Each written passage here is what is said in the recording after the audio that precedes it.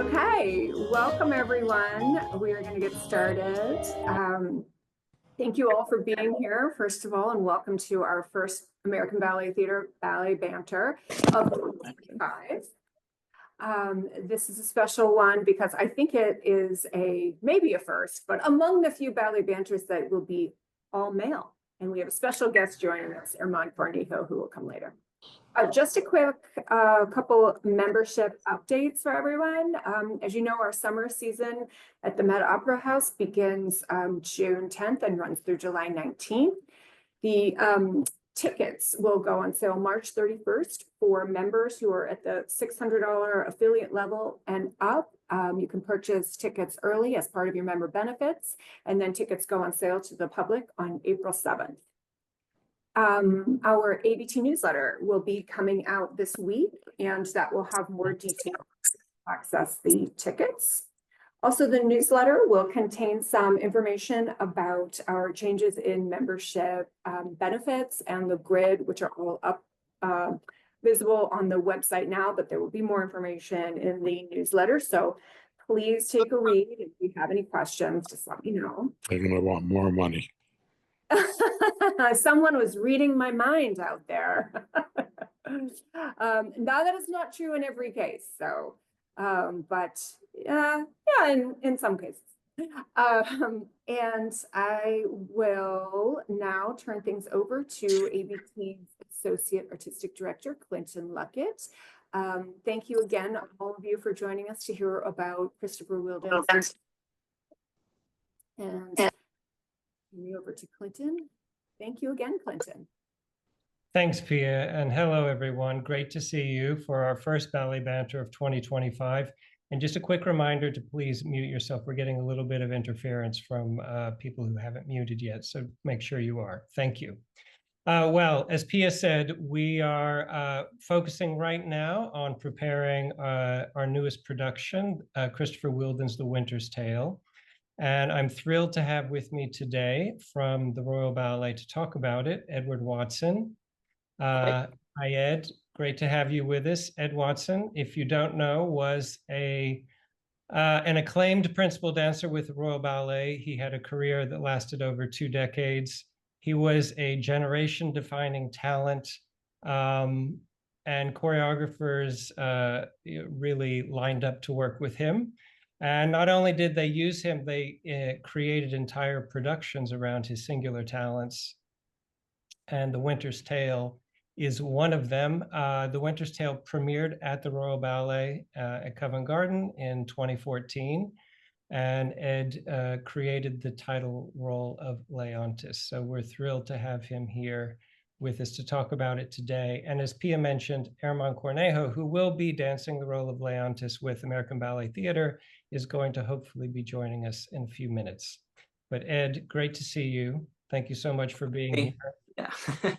This ballet was created for you.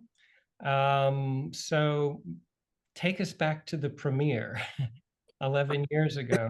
11 years ago already. I know it does really feel like it was yesterday, especially since I've been pretty much teaching and coaching this ballet since November with in the company in Vienna, who you're sharing the production with, and then here now. So it's nice to see it so much of me in there, but not me doing it.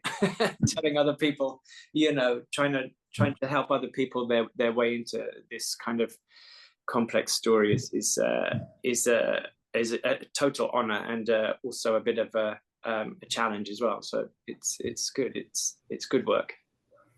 Have you mentioned the production in Vienna, and for those of you on the call who don't know, we are doing this as a co-production with the Vienna State Opera Ballet. So it will be new scenery and costumes that we are sharing with the Vienna company. And as Ed mentioned, they did premiere it in November. Did you ever coach the ballet before that, or is this your first time coaching the ballet on another company? I coached in London just before your production, which was the first time that I'd done it in London without dancing it myself. So yeah, I'd had a bit of practice, which was good. It was quite strange because I was rehearsing Lauren, who's still dancing the role, who I created it with. So there I was telling her what to do, and she's like, "I know." That was took a little while to get used to. Yeah. Right. And coming back to the production now, I mean, it's still the same production, I presume. Do you see any differences or changes to the production since the time when you were dancing it? No changes.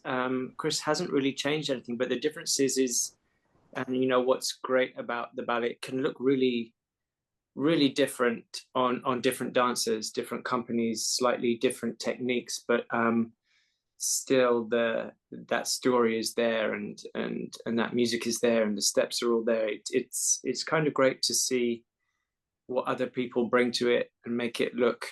It kind of reveals different things about the stories and the relationships, which are quite open anyway. There's a lot of decisions there to be made artistically by individual dancers, which is nice to see what comes up. And sometimes I think, oh, I wish I'd done that, or other people reveal different things all the time. So I think it's going to be one of those ballets that just really does have a very long life. Yeah. Right. I suppose that's the beauty and depth of Shakespeare. Yeah. Yeah, it's not just the language, it's the stories are so great. They can sustain, as we know, multiple interpretations, as we've seen every kind of crazy interpretation of the number of his plays. And just to be clear, the production itself, the scenery and the costumes, these are recreations of the original designs, correct? Yes. Good. Just a reminder to please mute yourselves. There's a little bit of interference on the line. Yeah, so Bob Crowley, the acclaimed Bob Crowley, did the original designs, and these designs and costumes are basically identical to the originals, correct? Yeah, it's exactly the same. Yeah. Even the tree. Even the tree. There was a conversation whether it was too green, not green enough at one point, but he was very happy with it. So.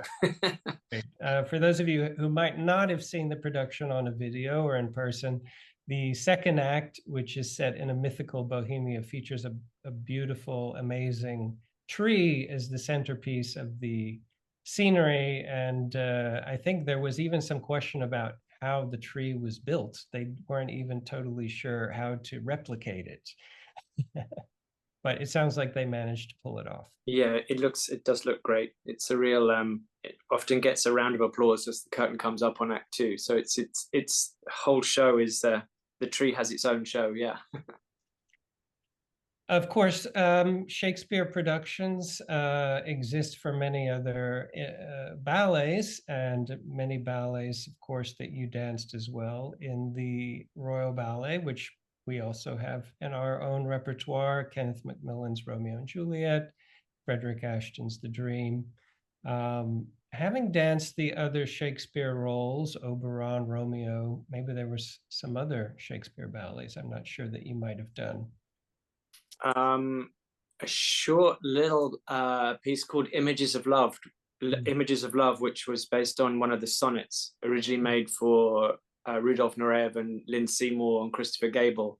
That had a brief moment, which I did, a while ago.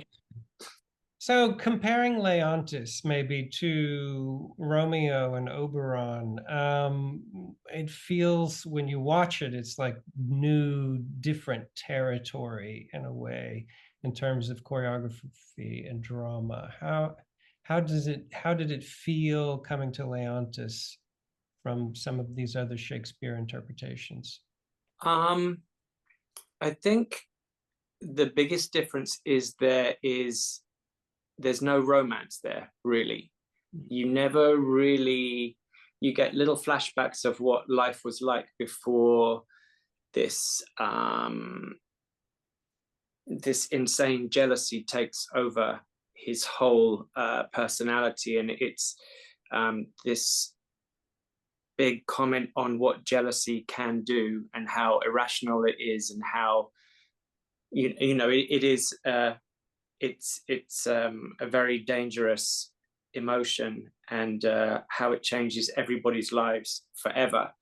It's huge and overblown and kind of ridiculous, which is, a challenge and fun. But to Chris and I, when we were making it, it was about wanting to say all of that physically rather than having me pull faces for a couple of hours. So that was what we really worked really hard on, was to, how do you describe jealousy physically? And we obviously, there's so many lines in there which describe that, and the main one that we found was, he says something like, I've drunk the spider, the poison. So it's this feeling of a spider crawling inside his stomach, which we started from. And I think that's the main thing. When you watch the ballets, you realize that's the starting point of, it's not actually a real spider, but the feeling like something is crawling through his body, which changes everything after that. That's kind of the easy way in, I guess. Right. The movement vocabulary is so abstracted, really. It has a lot of the maybe traditional classical positions and some classical steps, but it's a totally contemporary movement language. How did Chris go about developing that with you? Did you both work it all out together? Did he come in and say, I want you to try this or that? Or how was that process?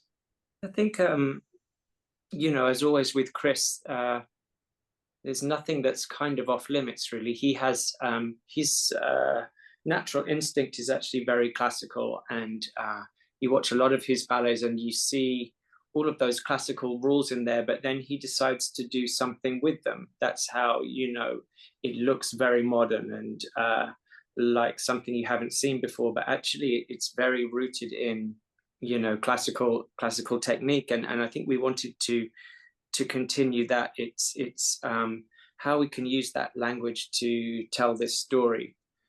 And I think, because that's how I was trained, I think that's my natural instinct was to be more classical than not, but then the importance of telling this story was bigger than having it a classical ballet or a modern ballet. It was about, so there's lots of influence in there, and it was just mainly storytelling, really. Yeah. Right. You have a really original and very distinctive kind of movement quality that Chris really tapped into in creating the physical language for the character. Of course, other people danced the role when you first danced it, and then other people have gone on to do it. Has anyone not been able to do something that you did? I don't know about that. They've made it look different, which to Just start with is like, oh, that's not quite right. And then you look at it again and go, but actually it's telling the story. So great. I mean, definitely, the amount of times that I've worked with Chris, this is probably the most extreme language that we kind of settled on, because the emotion is extreme, the story is extreme and almost ridiculous. So there's lots of ridiculous things in there. Great. Well, Herman, I see that you've joined us. Thank you so much. It's great to see you. Of course. Hi, everyone. Ed was just giving us some background on the production and the role, particularly, and Chris's process in creating the role. Aramon, you've been in some of Christopher Wheeldon's other productions, most recently his Like Water for Chocolate, which we premiered a few years ago. Correct. And now we are thrilled to be having this amazing production coming to our repertoire. As you dive into the role of Leontis and have been delving into it these past few weeks, what stands out about the role to you, or what maybe seems a bit different than the other roles you've done in his works? Well, I've never been in Chris creation, so every time I go into a role created by Chris, someone else has done it before. So in a way, it's a different process. The material is already there, but I think having Ed in front of the room, it's a plus for us because he understands what an artist need, which is at the beginning you need to learn the steps, and from there, once you have the frame of what this means, you can start pulling things from you. So I think that's something great that Chris has as well, because within his choreography, you can put your own self into the role. Now I find this character very difficult from the beginning, because it's 10 minutes into the piece, you already start being paranoid. So you have 2 hours to go with that paranoia in your head. So you have to be very careful in how to progress that feeling, which is the main story in this piece. Yes, Ed was just describing that.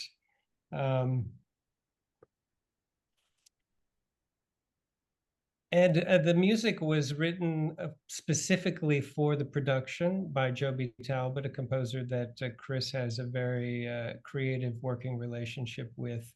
Can you speak a little bit about the music and how the music in particular informs the character?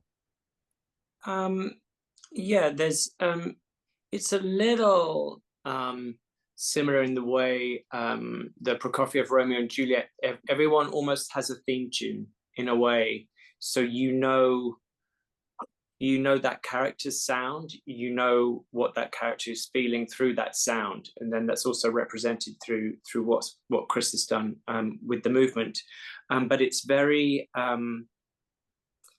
you really do get the sense of two different worlds, two different countries. You have Sicilia, and then you have Bohemia, which is free. And there's in the second act, in Bohemia, there is a live band on stage. There's a live flute, and there's it's a very you don't feel removed from the music. You don't feel like it's in the pit and you're just dancing to it. You're surrounded by it the whole time, and it's a lot of the time feels it is very descriptive of where you are as well as who you are. And when you're working with the music, are you working more with the phrases, or are you counting music? Does it have rhythms in it in the way that we traditionally use rhythms, or are you using it more in terms of phrasing? Both, really, but a lot of the way Chris and Joby work, especially with these complicated stories, that the musical structure is very, very strict, and you have to really know where those counts are, where the phrasing beginning and ends, and how it pulls out often the sound, in order to be able to link the other scenes together very, very tightly. Because especially in the first act, you'll see that the scenes are back to back. There's lots of very short scenes, and they're almost in some cases little complete stories of their own, which make up the bigger story of the act. So it's a really important, very tight musical structure. So there is a lot of counting involved. And then once you know those counts, you don't have to so much. You can sort of take off a bit. Yeah.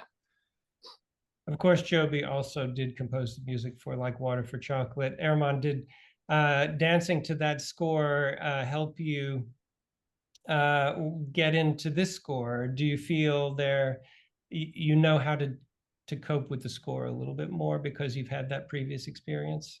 Well, I definitely can hear some similarities. You can find the signature of Joby, but I'm finding the most difficult in this piece is to understand the counts. Everything is being choreographed in sevens, in six, in eights, in 12, and And so for me, that's the most difficult part. You know, in classical ballets, we're used to everything is in eights, and you know when the tombe padura is gonna come. Yeah, for me, the most difficult part in this piece is to understand the music. And right now, I'm in the process of counting. I usually don't count, but I feel it's necessary for this piece to learn it that way, and then try to find the music. But yeah, so far that's been my most challenging thing with this piece. Interesting. Yes. Of course, Leontis is the central figure in this story, but there's a whole panoply of characters. In fact, I think Chris even eliminated some of the characters from Shakespeare because there were just too many to deal with. But can you speak about some of the other central characters around Leontis and how they integrate with one another in the ballet? Yes, in the first act, you have Leontes and his wife Hermione and their son Mamilius. And his wife Hermione is very pregnant, 9 months pregnant, and their best friend Polixenes has come to visit them from Bohemia. And everything's going really well until Leontis decides that Polixenes, his best friend, has been with them, staying with them for 9 months, and his wife is 9 months pregnant. And he suddenly decides that the child isn't his, it belongs to his best friend, which starts this story of everything goes wrong, basically. And because of this insane jealousy, he rejects the baby, which he thinks is his best friend.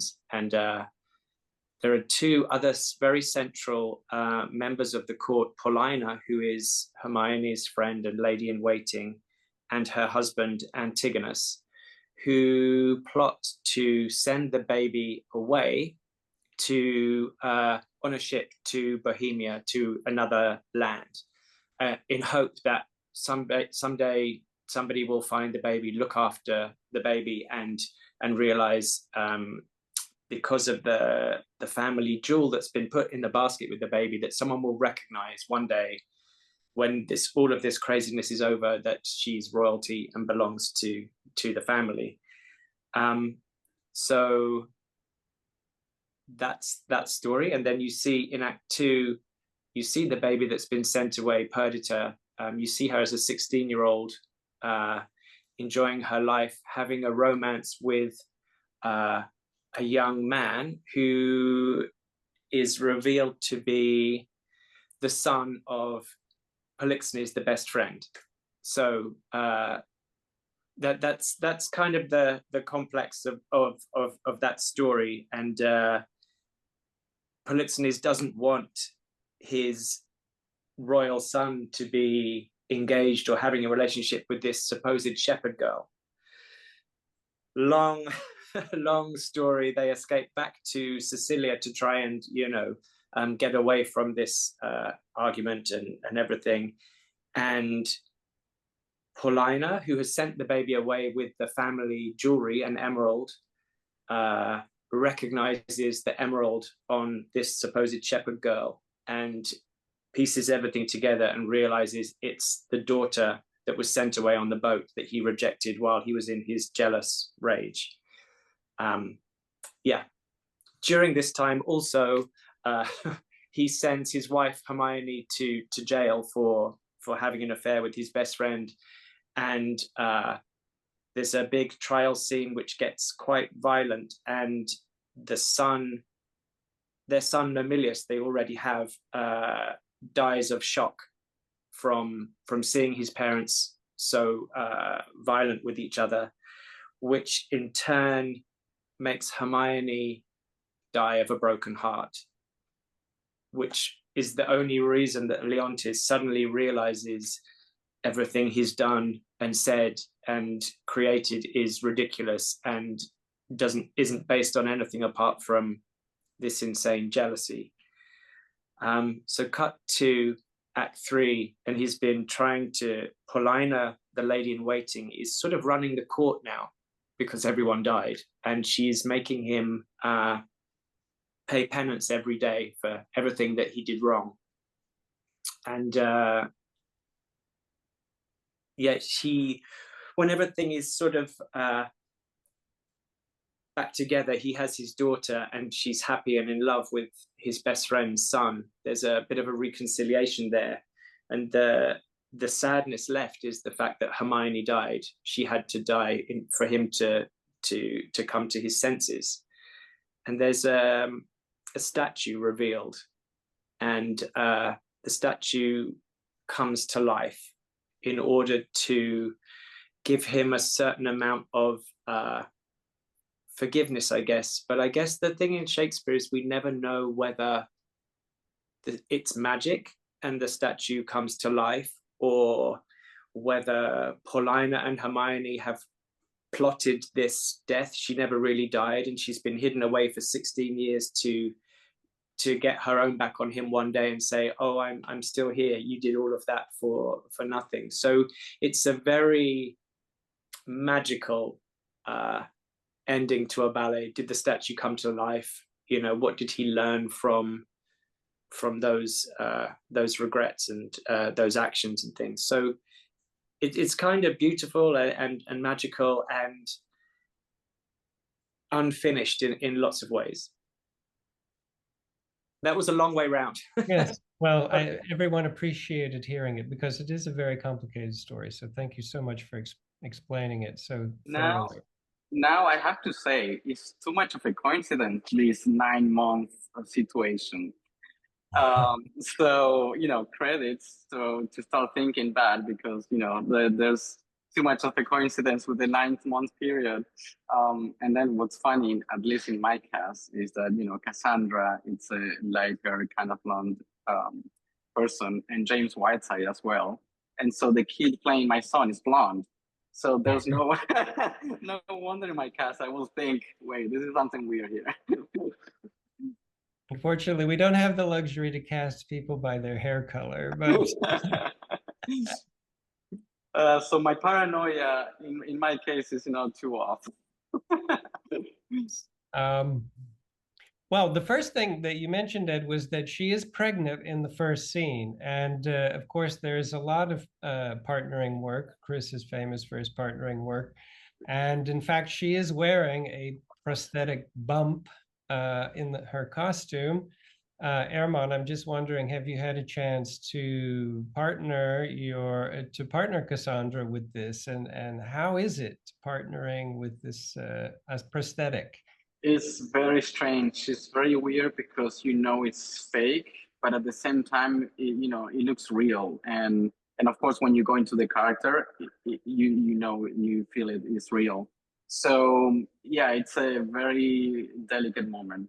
And, you know, through the piece, through the act, he gets very jealous, and, you know, he starts to get very aggressive. And it's very difficult also for me to start pushing a woman around, especially pregnant. It tricks you in your mind. Right. Of course, you are a father. Your wife had a wonderful, beautiful boy. So you've gone through that whole experience in your own life. Do you find that informing you in some ways as you approach it? Yeah, definitely. I think, you know, having in real life, you realize even more how aggressive this is, and how off this character is. So for me to go through, even in rehearsals, you know, it's, you know, you're putting a character together, but I get very emotional. So every time we leave the studio, it takes a moment to go back to normal life. Yes. There's actually a question about how after the performance can you come down from all of that paranoia and anger? What can you do to restore your normal equilibrium? Yeah, I will let Ed answer that. It's like with lots of those roles where you have to invest lots of things that you know, and also lots of things that you've never experienced, and you have to use your imagination things, and it's sometimes as much worse to come out as much work to come out of them as is to get into them. So you know, but then that's the great thing about being a dancer and an artist. You get to use your imagination and your experience, and hopefully when those two things come together, that's when you're able to tell a story really well. But yeah, sometimes it's, you know, you everything's heightened, everything's maximum. It's, you know, it's Shakespeare, and you know, so you have to enter into it, but then you also have to get out of it. So yeah, it can take a couple of moments. I suppose everyone has their own little rituals and things that they have to do to make them feel grounded again afterwards. Yeah, I think it's what's nice about this one is it has a bit of a resolve for him, like he sort of learns his lesson in a way. So you don't finish, you know, crazy. It kind of has a hopeful future. So it's actually not. It's quite an easy one to let go of. Yes, you mentioned the transformation at the end when the statue comes to life and there's a sort of reconciliation with Hermione. That the moment of transformation that occurs in Leontis, how did you go about achieving that physically? To really, you talked about, you know, for 2 hours you have to inhabit this jealousy to the point of it's like an insanity almost. And then how to show that enormous transformation in Leontis. Well, I think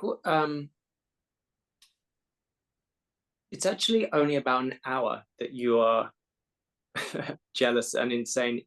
At the end of Act 1, he realizes everything he's done. It takes everybody to die for him to realize what he's done. And then when you see him again in Act 3, it's 16 years later, and he's sorry every day. He pays penance every day. So by the time the statue is revealed and comes to life, he's an old man. And there's none of that physically wired extreme movement in there anymore. He's tired, he's sorry, he's begging for forgiveness. It's a very physical transformation. It's quieter. He's full of regret and remorse, which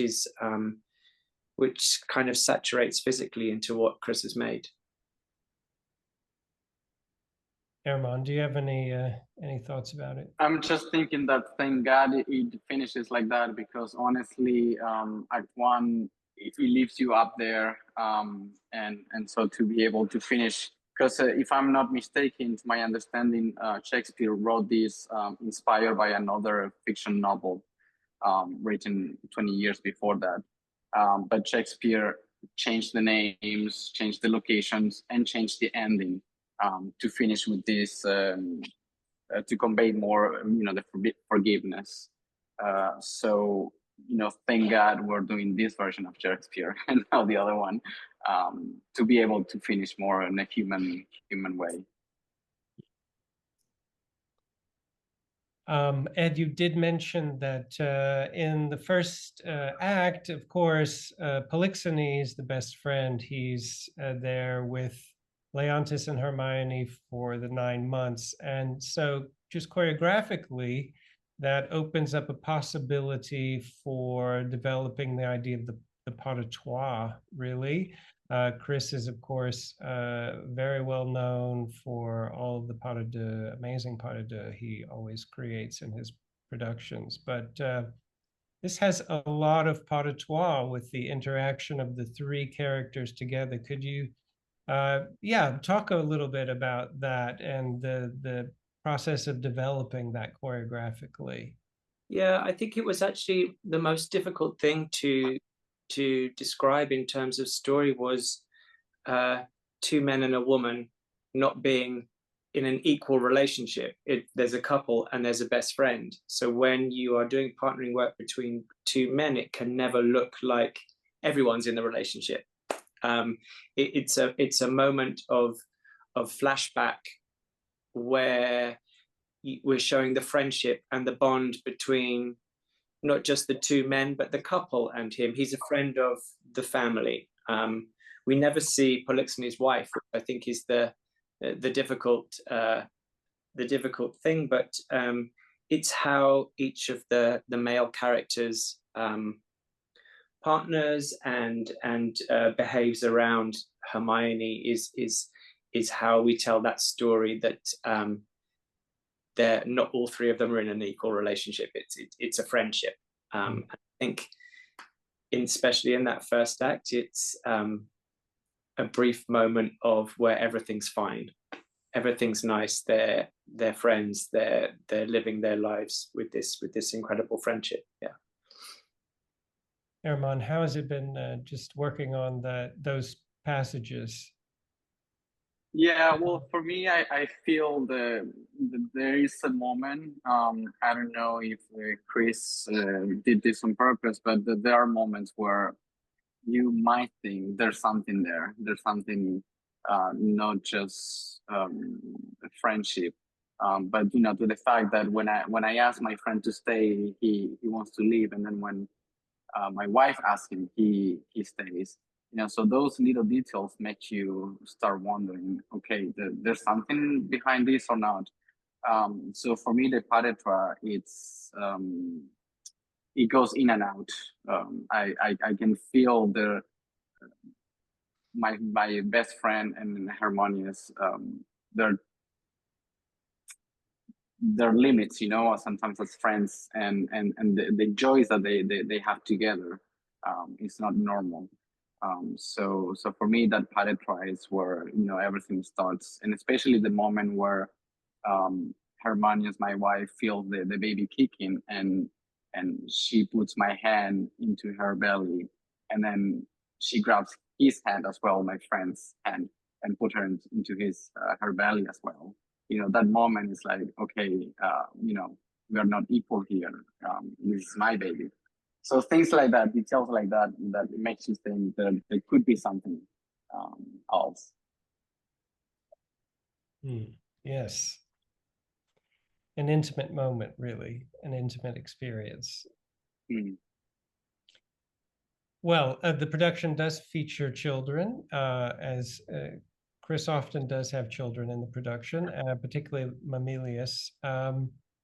I think our students from the school are participating, and how are the young boys doing as Mamilius? Yeah, it's very involved for them. So there's a lot of acting for them, but also a lot of being in the right place at the right time.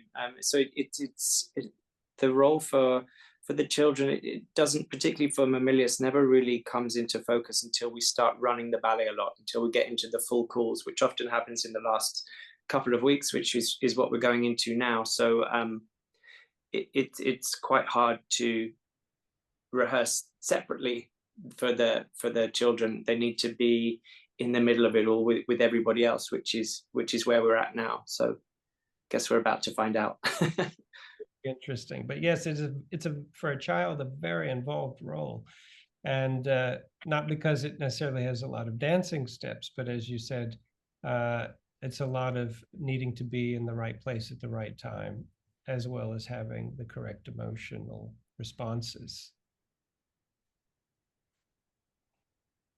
Yes, well, of course, one of the other big features of the production is the second act. It is a sort of almost like a pas d'action, or a celebration of dance, really. It's a tremendous dancing scene for the entire company. And Ed, I'm wondering if you could just speak a little bit about that scene. It's one of the signatures of the production, and really an important moment for the company. Yeah, it's a big.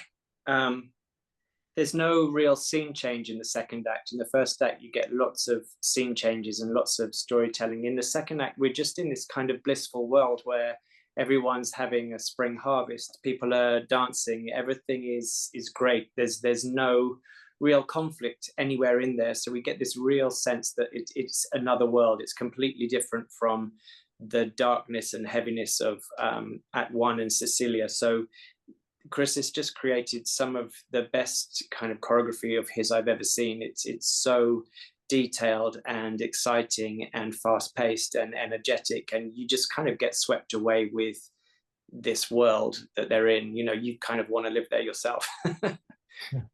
Maybe not do all of the steps, but yeah, definitely get involved in the atmosphere.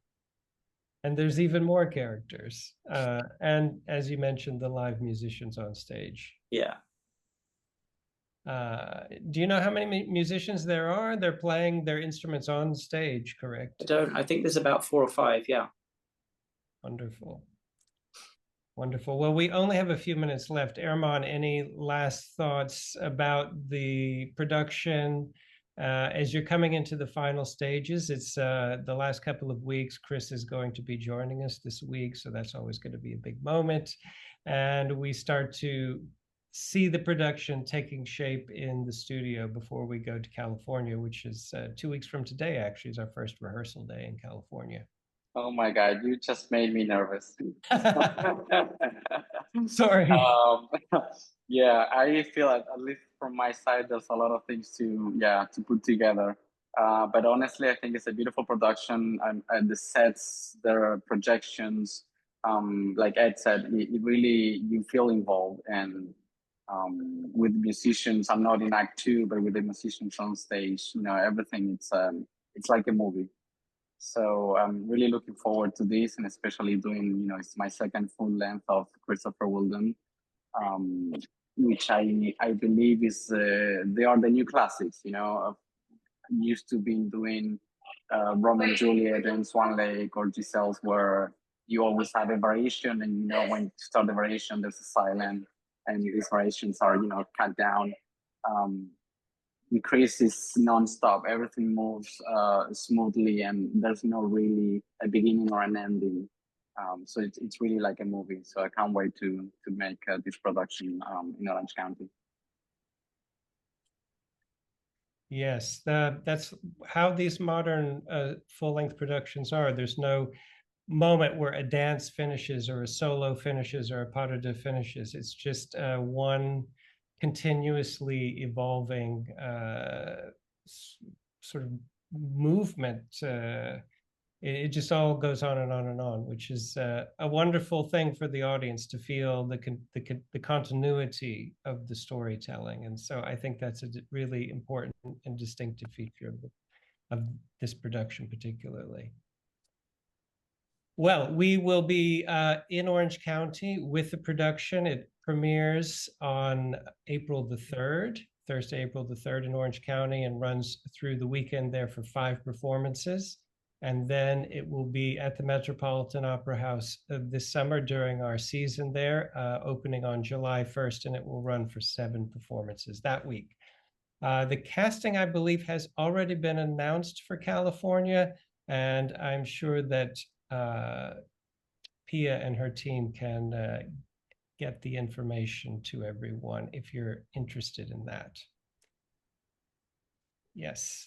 Will you repeat it again in the fall? Not in the fall, but possibly next year at the Met. We couldn't do it at the Koch Theater because it's not big enough to contain the production. So it's a Metropolitan Opera only production for sure.